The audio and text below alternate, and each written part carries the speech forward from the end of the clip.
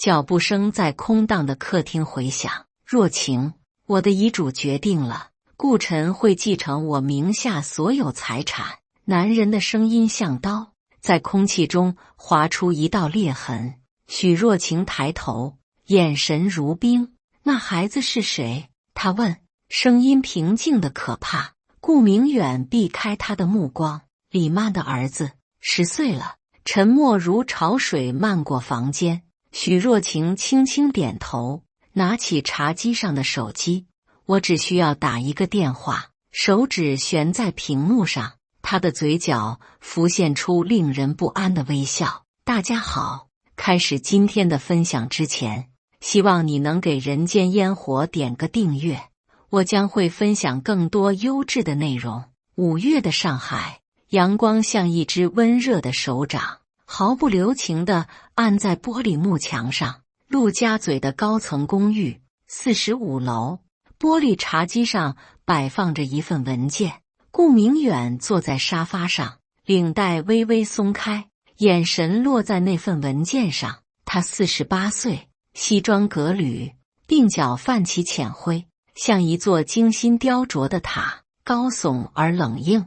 门锁转动的声音，许若晴走进来，黑色高跟鞋在大理石地面敲出清脆的声响。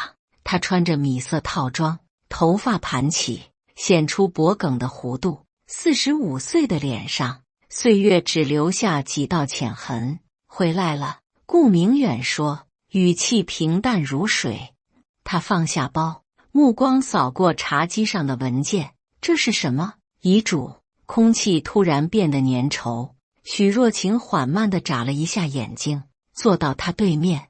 为什么突然想到这个？年纪大了，总要未雨绸缪。顾明远伸手拿起文件，递给他，你看看。纸张在他手中发出轻微的声响。窗外，上海的天空灰蒙蒙的，远处的高楼像刀锋一样刺入云层。许若晴的目光在文件上滑动，突然停住了。顾晨是谁？他问，声音平静的不真实。顾明远端起茶杯，瓷器与茶几相碰，发出清脆的声响。我儿子，20年的婚姻像一面镜子，在这一刻骤然碎裂。我们没有孩子，许若晴说，每个字都像是从牙缝里挤出来的。李妈的儿子，10岁了。顾明远终于抬起头，直视他的眼睛。我想认他。客厅里的空调发出微弱的嗡鸣，像某种生物的低语。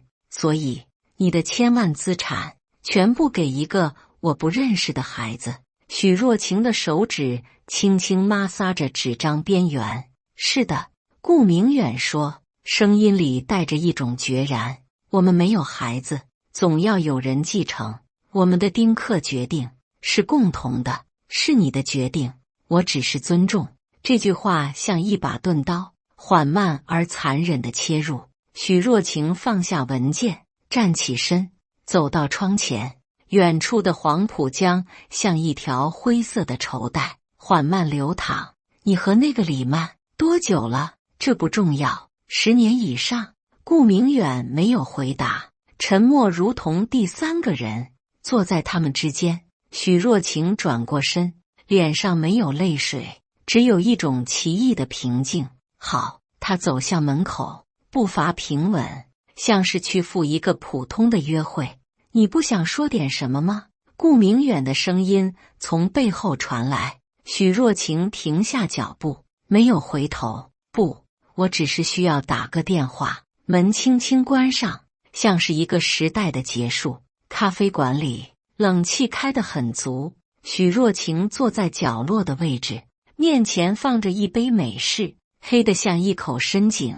窗外是小区的花园，几个老人在树荫下打牌，笑声隐约可闻。若晴，好巧啊！张阿姨站在桌边，手里提着菜篮，头发烫得整整齐齐，像一顶小巧的黑色头盔。张阿姨，许若晴站起来，坐一会儿。好啊，天太热了。张阿姨放下菜篮，抖了抖裙摆，你一个人？顾总呢？公司有事。服务员送来一杯茶，冰块在杯中轻轻碰撞。你们结婚多久了？20年了吧？张阿姨啜了一口茶，时间过得真快。是啊，20年了。张阿姨放下茶杯，突然神秘地凑近。我前段时间看到顾总了，在外滩那家新开的法餐厅。许若晴的手指在杯沿轻轻一顿。是吗？和一个年轻女人，还带着个小男孩。张阿姨压低声音，那孩子还叫他爸爸呢。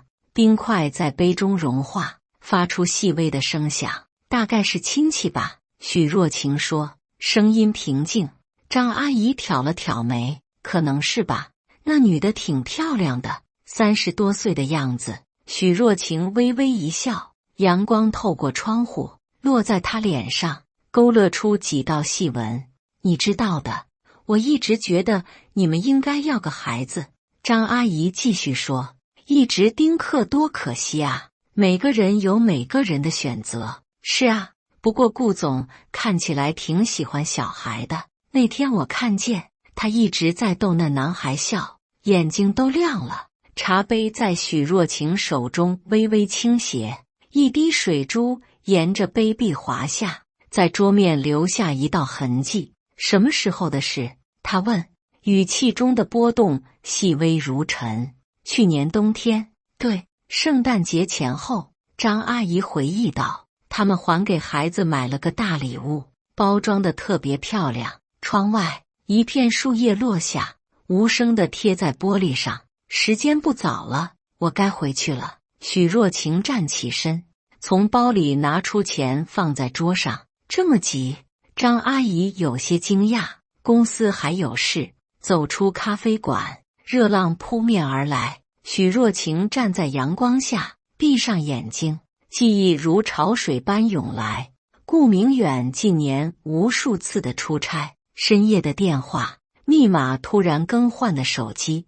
他曾以为那只是事业的忙碌，如今看来，一切都有了解释。许若晴打开手机，翻看日历，顾明远的出差记录整整齐齐地排列着。他点开去年圣诞节前的那一周，广州项目考察几个字静静地躺在屏幕上，谎言的拼图终于完整。夜深了，卧室里只开了一盏小灯。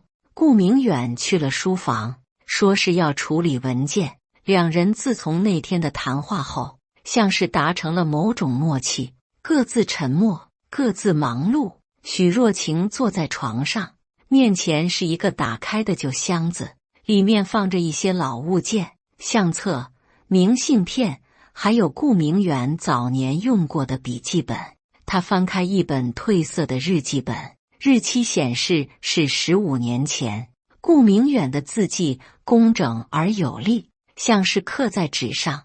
今天和若晴又谈到孩子的事，他坚持丁克，他的理由我都明白，事业、自由。他说孩子像个锚，会把人固定在一个地方。也许他是对的，但有时我在想，老了之后我们会不会后悔？许若晴的手指在纸页上停留，像是在触摸一个伤口。他继续翻页，一封未寄出的信从书页间掉落，信纸泛黄，边缘有些卷曲。他展开信纸，顾明远的字迹映入眼帘。慢慢，昨日一别，心中怅然，见到沉沉，恍若看到自己的少年时代，那般天真烂漫。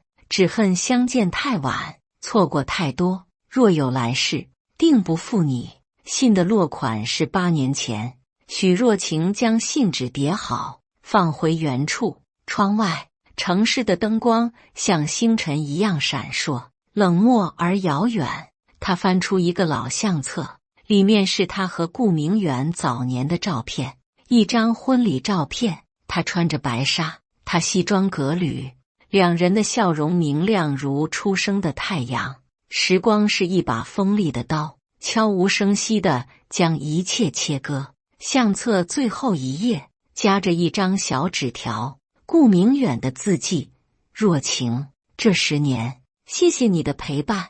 我知道你为我放弃了很多，我会加倍珍惜。爱你，明远。这是他们结婚10周年时的留言。许若晴合上相册，听见顾明远的脚步声从走廊传来，她迅速将东西放回箱子，推到床下。门开了，顾明远走进来，西装外套搭在手臂上，领带松开。他看了许若晴一眼，什么也没说，走进浴室。水声响起，如同某种遥远的回声。许若晴躺下，面对窗户，城市的灯光透过窗帘，在天花板上投下斑驳的影子，像一段破碎的往事。正午的阳光刺眼如刀，顾明远的公司大楼像一面镜子，反射着周围的一切。许若晴站在大楼对面的咖啡馆里，透过玻璃窗看着来来往往的人群。她今天特意请了假，穿着普通的休闲装，戴着墨镜，像一个普通的都市女性。12点30分，顾明远走出大楼，后面跟着几个西装革履的下属，他们在门口分开。顾明远独自走向停车场，一个女人从旁边的出租车上下来，向顾明远走去。许若晴放下咖啡杯，身体不自觉地前倾。那女人很年轻，35岁左右，穿着鹅黄色的连衣裙，黑发垂在肩上，走路带着一种刻意的优雅。顾明远看见她，明显愣了一下，然后四下张望，像是在确认什么。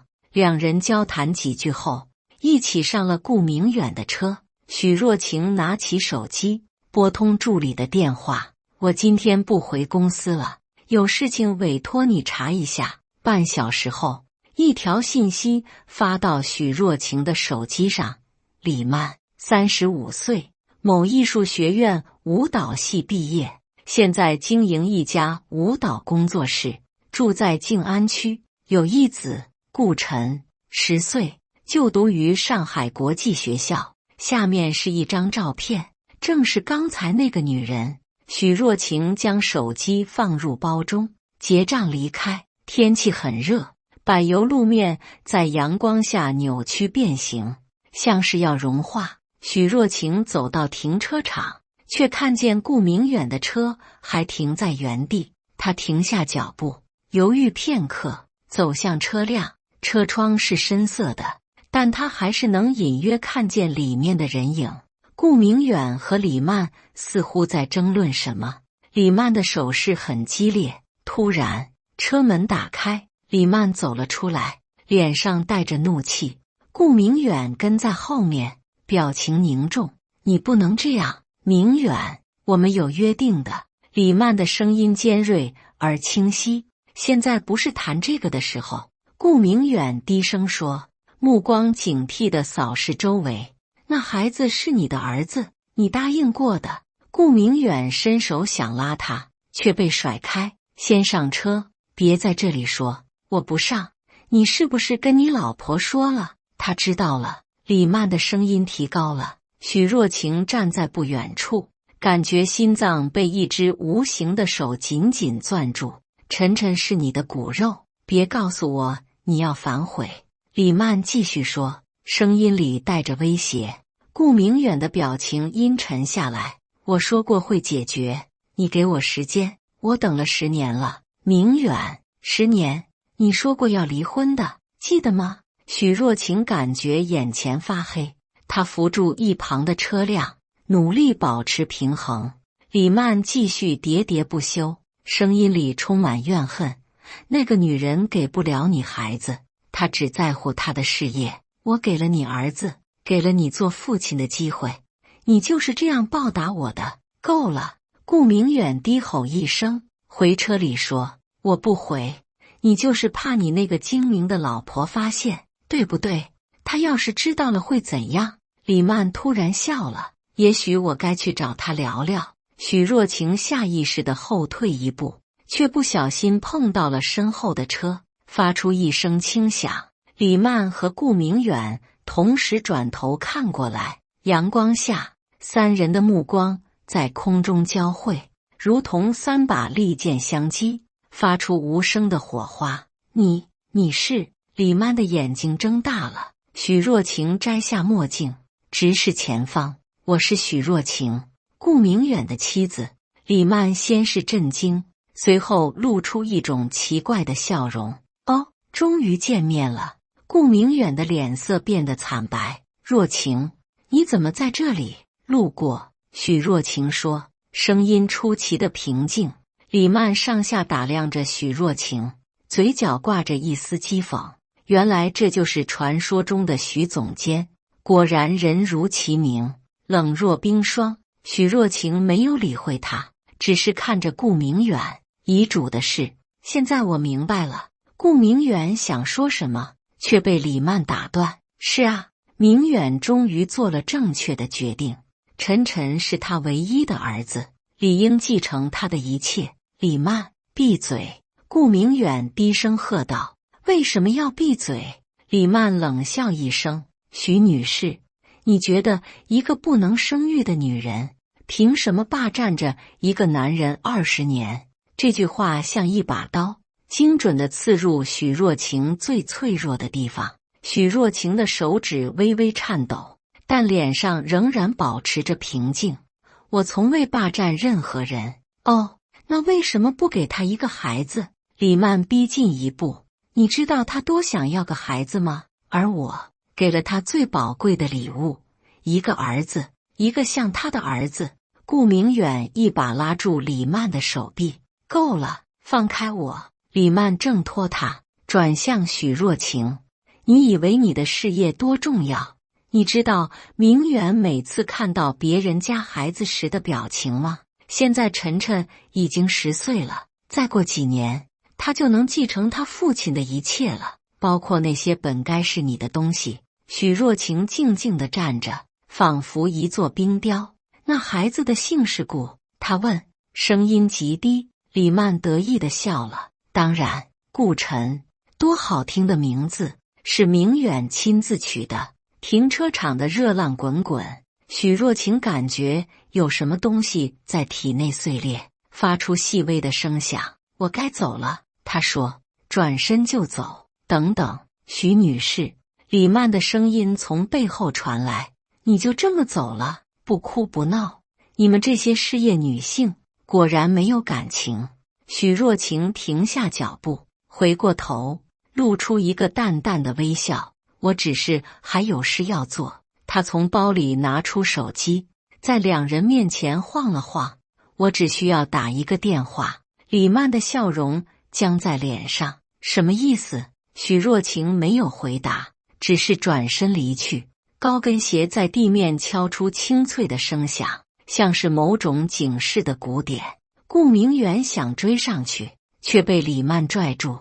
你去哪？我得跟他解释。解释什么？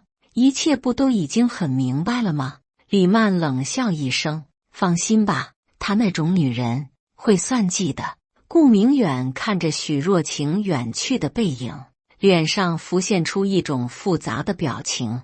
太阳高悬，影子被压缩到最短。许若晴走出停车场，感觉整个世界都在扭曲。20年的婚姻，原来如此不堪一击。广告公司的办公室，落地窗外是城市的天际线。许若晴坐在办公桌前，面前的电脑屏幕闪烁着蓝光，她的手指在键盘上敲击，发出规律的声响。助理敲门进来，放下一份文件。许总，这是您要的资料。许若晴点点头，打开文件，里面是一份详细的调查报告，关于顾明远的资产状况，还有周律师说他可以随时见您。助理补充道，谢谢，你先出去吧。门关上后，许若晴拿起桌上的照片，那是他和顾明远在马尔代夫度假时拍的。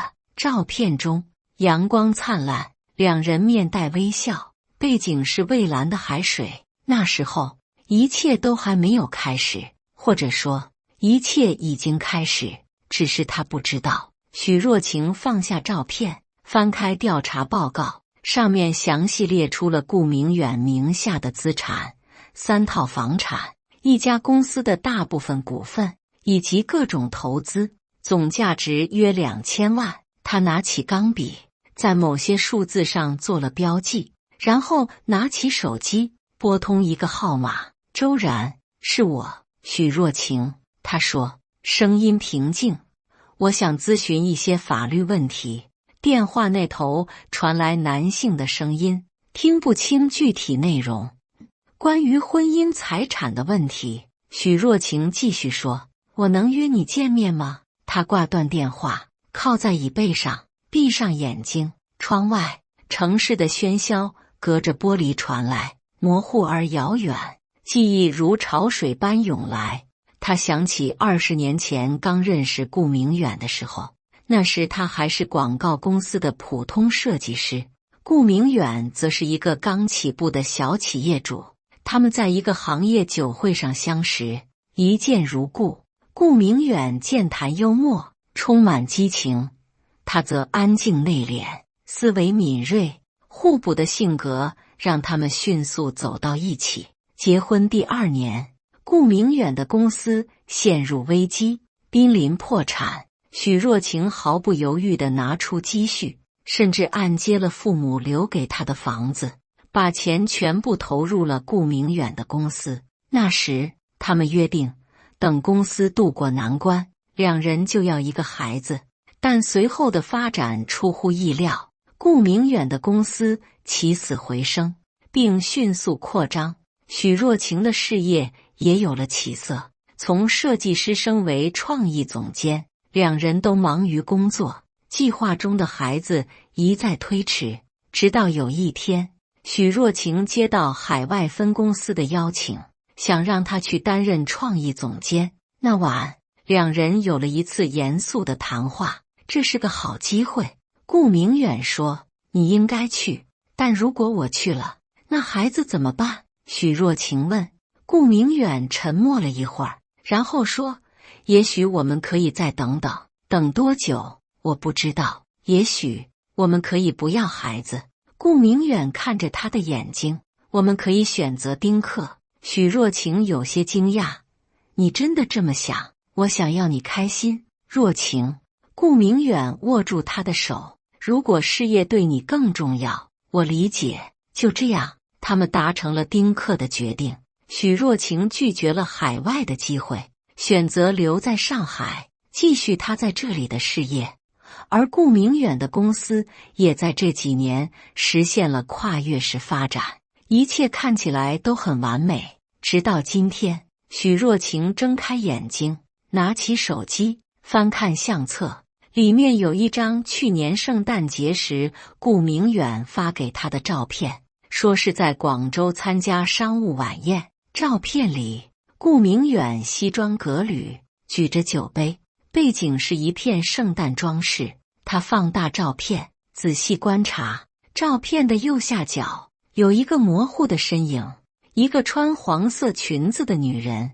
这就是真相了。许若晴放下手机，感觉一种奇怪的平静笼罩了她。20年的婚姻像一本精心编纂的小说，而她现在终于翻到了最后一页，但故事还没有结束。她打开抽屉，拿出一本旧账本，这是17年前的东西了，记录着她当初投资给顾明远公司的每一笔款项。她仔细翻看，每一个数字都清晰地刻在纸上。许若晴合上账本，拿起手机，再次拨号。周然，我决定明天去见你。还有，帮我查一查，当初我投资的那笔钱，在法律上属于什么性质？他挂断电话，走到窗前。落日的余晖洒在城市上空，高楼大厦在金色的光芒中闪烁，一切都会有答案的。很快，顾家的客厅，阳光透过落地窗，在地板上投下长方形的光斑。许若晴坐在沙发上，面前的茶几上放着几份文件。顾明远坐在对面，脸色凝重，旁边是一位中年男性，戴着眼镜，西装笔挺，顾明远的律师。必须今天谈吗？顾明远问，声音里有一丝不耐烦。我下午还有会议。许若晴浅浅一笑，不会太久的，就是关于遗嘱的事情。我有几个问题想问清楚。顾明远的律师接过文件，快速浏览。这份遗嘱已经是正式生效的法律文件了。顾太太，我知道。许若晴点点头。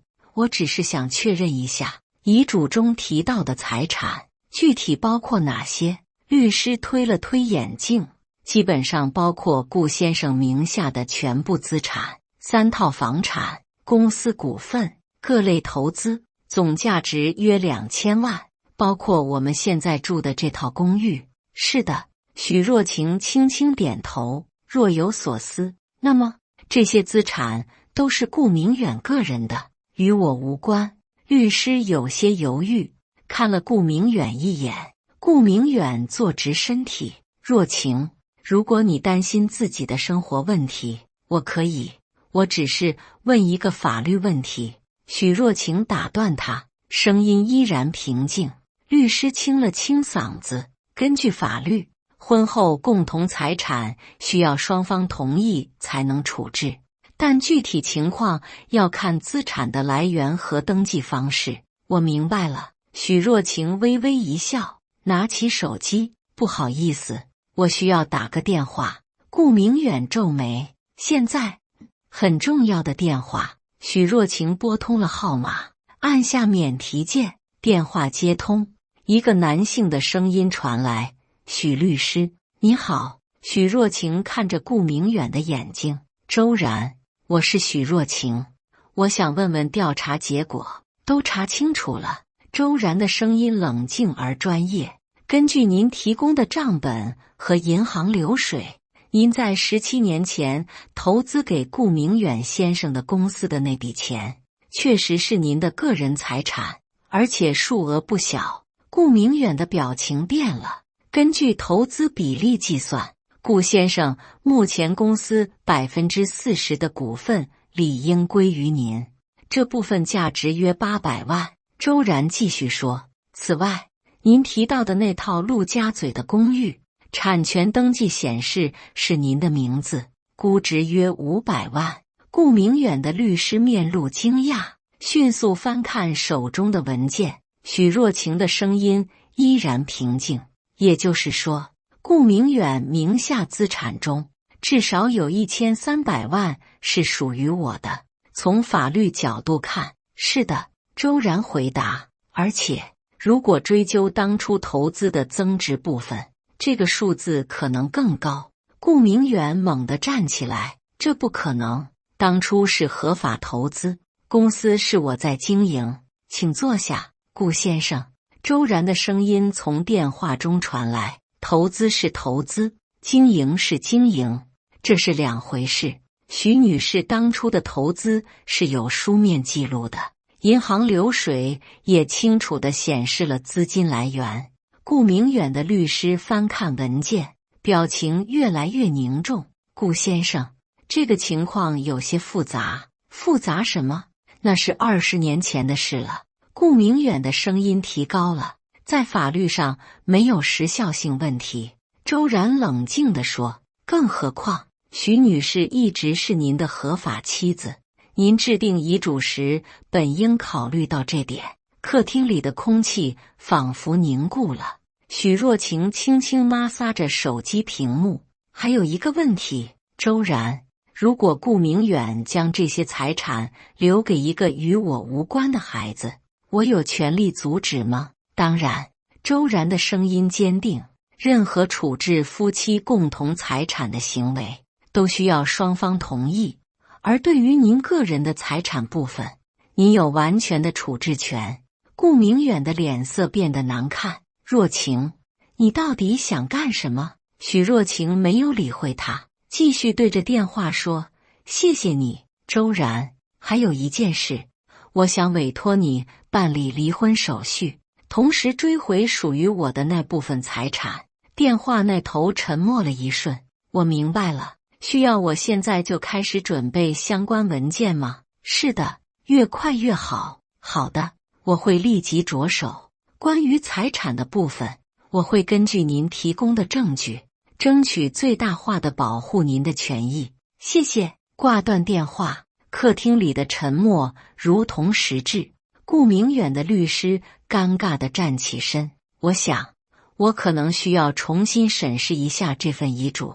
杨律师，请坐。许若晴示意他，我还有话要说。律师犹豫了一下，又坐了回去。顾明远的脸色铁青。若晴，你疯了吗？20年的夫妻，你就这样？20年的夫妻？许若晴轻声重复，语气中带着一丝讥讽。在这20年里，你背着我有了孩子，甚至打算把我的财产都给他。现在你告诉我，我们是20年的夫妻，事情不是你想的那样，那是怎样？许若晴直视他的眼睛。李曼不是你的情人，顾晨不是你的儿子。顾明远的眼神闪烁。是，但没有但是。许若晴的声音突然变得疲惫。我不在乎你和他的事，我只在乎我的财产、我的付出以及你的欺骗。若晴，你冷静点。顾明远换了一种语气。我们可以好好谈。不，已经没什么好谈的了。许若晴站起身。我只是想告诉你，那个遗嘱是无效的，你不能把属于我的东西给别人，即使那个人是你的儿子。顾明远的律师咳嗽一声。从法律角度看，许女士是对的。如果财产部分确实如她所说，那么遗嘱在这部分是无法执行的。顾明远狠狠瞪了律师一眼。你是我请来的律师，我只是陈述法律事实。顾先生，律师有些尴尬地说。许若晴拿起包，准备离开。对了，还有一件事。2个男人同时看向他。我已经安排人通知李曼了，关于遗嘱的事情。许若晴平静地说。他大概会很失望吧。顾明远的表情变得扭曲。你不能这样做。为什么不能？许若晴微微一笑。他不是你的爱人吗？他不该知道真相吗？若晴，有些事情不是你想的那样。顾明远的声音变得低沉。我和李曼已经结束了。哦，许若晴挑眉。那顾晨呢？他是我儿子，这点没错。但是什么？顾明远深吸一口气。我只是想给他一个保障。这些年，我一直在给他们钱，但李曼越来越贪婪。他威胁我，如果不给更多，就告诉你一切。许若晴冷笑一声。所以你就打算把我的财产也给他们？我没想那么多。顾明远的声音低下去。我只是想了结这件事，现在确实要了结了。许若晴的声音平静如水，不过不是以你想象的方式。他走向门口，步伐稳定，背影笔直。若晴，顾明远在他身后喊道。真的没有回旋的余地了吗？许若晴停下脚步，没有回头。20年前，你问我要不要孩子，我说不要。你说你理解，你说你尊重我的选择，但其实你从来没有真正接受过，对吗？顾明远沉默了。你背叛我的那一刻，一切就已经结束了。许若晴轻声说。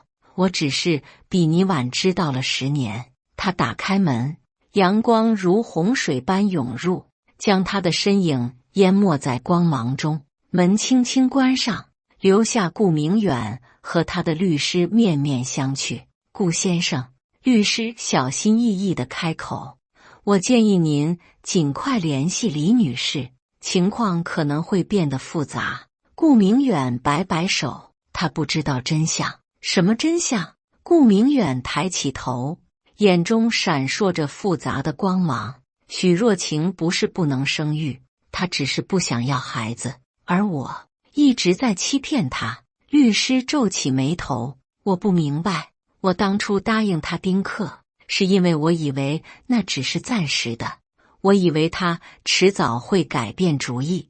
顾明远苦笑一声，但他没有。然后我遇到了李曼，年轻漂亮，愿意为我生孩子。顾先生，这些私事，现在一切都完了。顾明远仿佛没听见律师的话，自顾自地说：李曼会发现真相，许若晴会拿走他的财产，而我……律师不安地看着他。顾先生，您还好吗？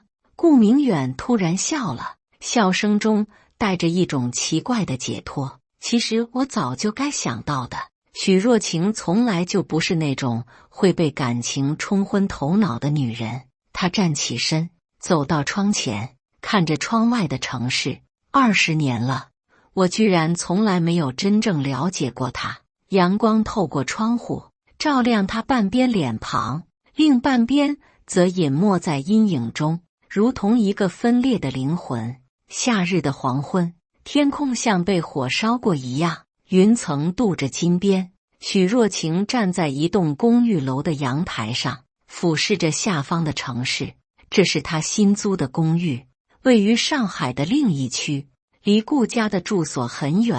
手机在茶几上震动，屏幕亮起。她走过去，看了一眼，是周然发来的信息：离婚协议已经准备好了，顾明远同意了条件，房产和投资部分全部归您所有。许若晴放下手机，走回阳台。远处，夕阳正在高楼之间沉落，像一枚融化的金币。过去的1个月里，她的生活发生了翻天覆地的变化。离婚程序进行得意外顺利，顾明远几乎没有提出任何异议，只是要求保留公司的控制权，并支付给许若晴相应的现金。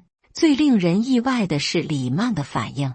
当他得知许若晴有权收回大部分财产时，几乎立刻带着顾晨消失了，没有威胁，没有纠缠，只留下一座空荡荡的舞蹈工作室和一堆未付的账单。顾明远像是一夜之间老了10岁，公司股价下跌，项目停滞，合作伙伴纷纷撤资。他曾试图联系许若晴，请求她不要撤资，但被她婉拒了。许小姐，有客人。房东阿姨敲门提醒。许若晴回到客厅，打开门，周然站在门口，手里拿着一个公文包。周律师，请进。周然进屋，将公文包放在茶几上。最后一批文件需要您签字，签完这些，一切就正式结束了。许若晴点点头，拿起笔。顾明远最近怎么样？不太好。周然叹息一声，公司面临破产，投资者都在撤资，李曼那边也没消息了。听说他带着孩子出国了，孩子还好吗？应该还好。周然有些惊讶地看着他，您关心那个孩子？许若晴签完最后一个名字，合上文件。孩子是无辜的，您真是宽宏大量。周然接过文件，对了，有件事我一直想问，但不知道是否方便，请说。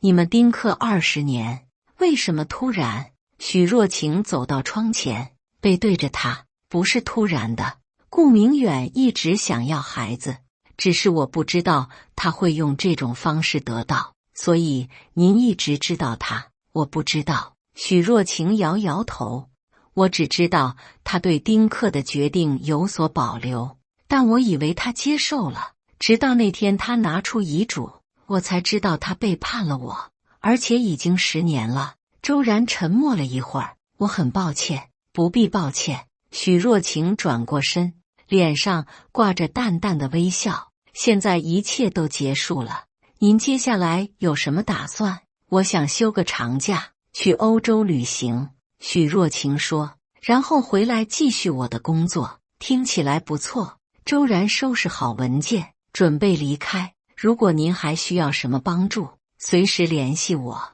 谢谢。送走周然，许若晴回到阳台。夜色已经笼罩了城市，万家灯火如同繁星，闪烁在黑暗中。手机再次震动，是助理发来的信息。许总，国外分公司的邀请还有效，他们希望您能去担任创意总监。许若晴看着信息，眼前浮现出20年前那个晚上，他和顾明远讨论未来的情景。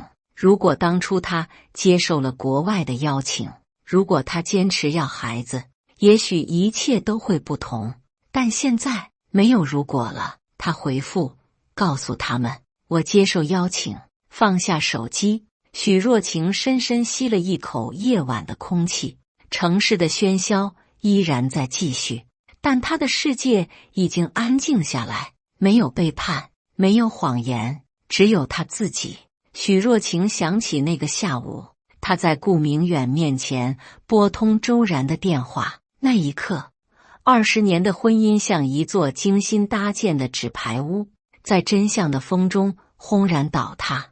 但奇怪的是，他感到的不是悲伤，而是一种奇异的释然，仿佛长久以来压在心头的重物终于被移开。那个电话改变了一切，夜风吹拂他的面颊，带走了最后一丝留恋。许若晴关上阳台的门，回到屋内，新的生活已经开始。深秋的上海，梧桐叶飘落如雨。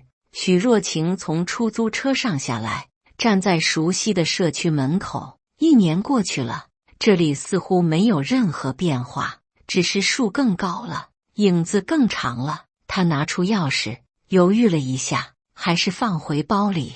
门卫看见他，热情地打招呼，许小姐，好久不见。好久不见。他微笑回应，我想拿一些旧物，不知道现在方便吗？当然方便。门卫连忙说，顾先生搬走好几个月了，那边现在空着呢。许若晴有些惊讶，搬走了？是啊，听说公司倒闭了，房子也卖了。门卫压低声音，这年头生意不好做啊。房子卖给谁了？不知道，反正还没有人住进来。门卫摇摇头，您的钥匙可能还能用，要不试试？许若晴点点头，走向那栋熟悉的公寓楼。电梯上升，数字跳动，仿佛在计算着逝去的时光。站在门前，他深吸一口气，插入钥匙。出乎意料的是，钥匙转动，门开了。屋内空空荡荡，家具都被搬走了，只留下几个大箱子，贴着许若晴物品的标签。阳光透过落地窗，在空荡的地板上投下长方形的光斑，如同1年前的那个下午。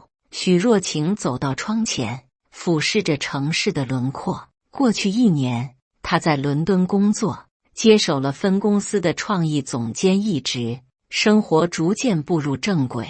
她很少关注上海的消息，更不会刻意打听顾明远的情况。直到上周，她收到律师的电话，说有一些文件需要他回国签字。